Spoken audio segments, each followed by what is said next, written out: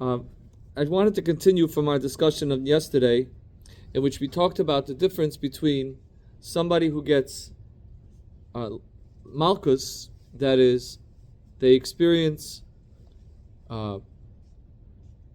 negative feedback from the outside, versus mardus, in which a person experiences negative feedback from the inside. So mardus could be characterized as the translation is regret. Maybe you could call it shame, but the word really it relates to the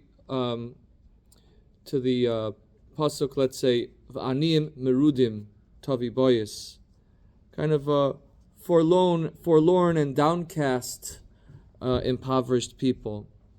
So the Gemara said that even one moment of being downcast, that is, inner negative feedback, is much more powerful, tova, or more effective, and is better than kama malkios, than many lashes, or mea malkios, or 100 lashes.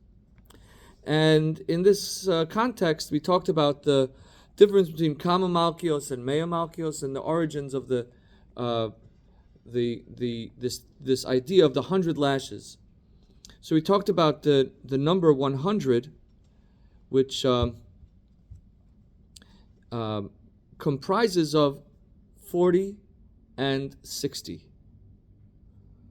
40 lashes is the number of lashes that a person is administered in the earthly court.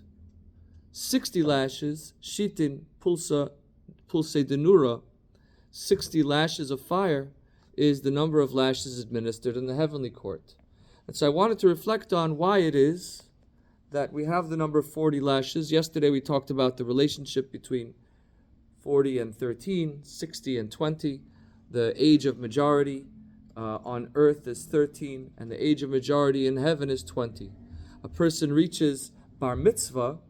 The meaning of reaching the age of mitzvahs on earth means that we're held accountable for our actions. We're held accountable to behave like adults.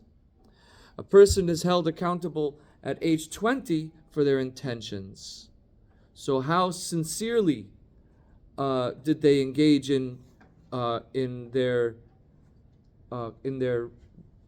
life, in their moral and spiritual life? And when they did things that are a gray area that can't be prosecuted on the earthly court because of the technicalities, the limited ability of the earthly court to be able to address those things, the spiritual court will hold that person accountable. So along those lines, I wanted to reflect on the number 40 and the number 60.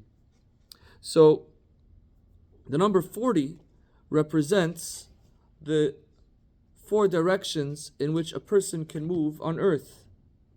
And so the 40 lashes means that a person is being presented with negative feedback for their earthly behavior, for all the directions in which they walked on the earth that were negative. The 60 lashes, however, incorporate 6 directions. Here you have not only the four directions on the 2-dimensional plane, but you're adding the 3rd dimension, in which there's also an up and down direction. And the up and down direction signifies the aspiration of the person. So there's, right, are you headed to the right? Are you headed to the left? Is that a kind act or a harsh act? Are you headed forward or backward? Were you indicating progress or regression? Were you moving forward or were you sliding backwards? But then, what was the intention? Was your mind directed upwards? Or Ruach HaAdam hiya ola lamala? Or was it Ruach HaBehema hiya yoredes lamata? Or was it sinking in to earth, to worldliness and to earthliness, and into the temporary, the temporal, and the material? And so therefore, the earthly court can only address the directional aspects of life, that is, the 4 directions. And so therefore you have that representation of 40, whereas the heavenly court represents the up and down direction, also one's aspirations, one's intentions, one's spiritual orientation. Punishment in the next world is complementary to the punishment in this world. Meaning, if somebody was punished by the court here, is he punished again Oh, the next that's a world? good question. If a person is punished in this world, are they punished in the world to come? So there are some indications that that punishment in this world replaces punishment in the world to come. We have a number of sources of this, but the primary case of this we learned in Sanhedrin, the way we refer to somebody after having been executed by the court, that this process of going through that very harsh punishment is cleansing for the person such that they can be called purified. But at the same time, this passage indicates that there's still something beyond that, beyond punishment. It is, how seriously did you take it? And that's something that the Gemara is saying is even beyond, at least Reish Lakish is indicating when he says that it's Yosef Mimeya Malkios, in the framing of the Iyun Yaakov, that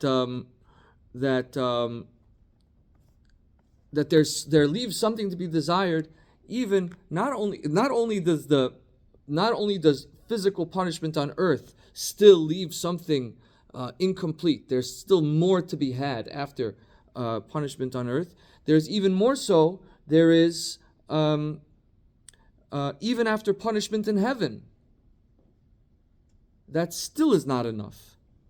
Even in heaven, the person will still have to internalize, so to speak. I don't know what you could say that about a soul in heaven, but ultimately the whole thing is the mardus, is the internal self-reflection in which a person takes to heart and feels downtrodden over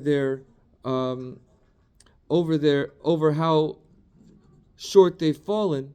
That's the ultimate and the most important step, most important factor that's required in bringing a person to growth and to purification, and to which ultimately is the purpose of the punishment. Although beyond deterrent, the purpose of the punishment is to purify the person. Okay, so we continue in the Gemara. Ve'am Rabbi Yochanan mishum Rabbi Yossi, another teaching by Rabbi Yochanan in the name of Rabbi Yossi. Shalosh devarim bikesh Moshe l'fnei HaKadosh Baruch Hu v'nasan lo. There were three things that Moshe Rabbeinu requested of Hashem that were granted him. Bikesh shetishre shechina al Yisrael v'nasan lo. He requested that the Shekhinah, the divine presence, rest on the Jewish people. And it was given to him. Shenemar, halo v'lechtecha imanu, behold, as you walk with us. Bikesh shelo tishre shechina al ovdei kol chavim. He requested that the Shekhinah not dwell on the nations of the world. Or here he says idol worshippers, but I think it's fair to say that is that's a censored version, and that the origin would be umos ha'olam, the nations of the world. V'nasan lo, and that was granted to him. Shenemar v'niflinu ani v'amcha, and right, you could see that from the pasuk quoted, that I and your people will be exceptional. Bikesh lehodio derachav shel HaKadosh Baruch Hu v'nasan lo, and he requested that it be made known to him the ways of Hashem, and it was granted to him. Shenemar hodi'eni no'ez derachecha, let me know your way. So I want to reflect briefly on this, the first two, which is the request that the Shekhinah rest on the Jewish people, and the request that it not rest on the nations of the world. And of course, this is a tough one, because why would Moshe Rabbeinu be bothered to request that the nations of the world not have the Shekhinah rest on them? That seems somehow maybe petty. and really without purpose. Like, you want the Shekhinah to be on you, great. Why do you care what happens to the nations of the world? How does that affect you? And furthermore, it seems also to fly in the face of the whole purpose of Torah and of Moshe Rabbeinu's mission, which is that to bring the light of HaKadosh Baruch Hu to the world. We want the Jewish people should be L'or Goyim. So isn't that our hope, that the whole world will be filled with Hashem's glory, and that all nations of the world will come to know Hashem? So why does he request that the Shekhinah not rest on the nations of the world? So I don't think I'll be able to cover it completely tonight, but and we have reached our time somewhat. But I will say just this one kernel, which is that that there is something about the difference between spirituality and religion. Spirituality is universal, and fundamentally there is no difference between, or there's no difference between Jewish spirituality and non-Jewish spirituality. That is, the only difference is between truth and non-truth. It's not there's no such thing as a Jewish truth. There's only truth in the realm of spirituality, where a person is pursuing an emotional relationship with Hashem. It's only truth and non-truth, and therefore any people can encounter truth. Religion, however, is something particular to our journey, and it emerges from our journey as a people, something which is particular to us, and it also must be in direct conversation with us as people, with our unique culture, with our unique circumstance, with our unique personality. That is, it should celebrate that which has happened to our people. And it should orient us, direct us to being more primed to recognizing, encountering, and celebrating the presence of the divine truth in our life. And this is not universal. It can't be universal. Meaning that's the difference between what's theoretical and what's real. Spirituality is theoretical. I believe in God. I know things about God. But what we're describing here as religion is real. This actually happened to me, and I saw in it a direct encounter with Hashem.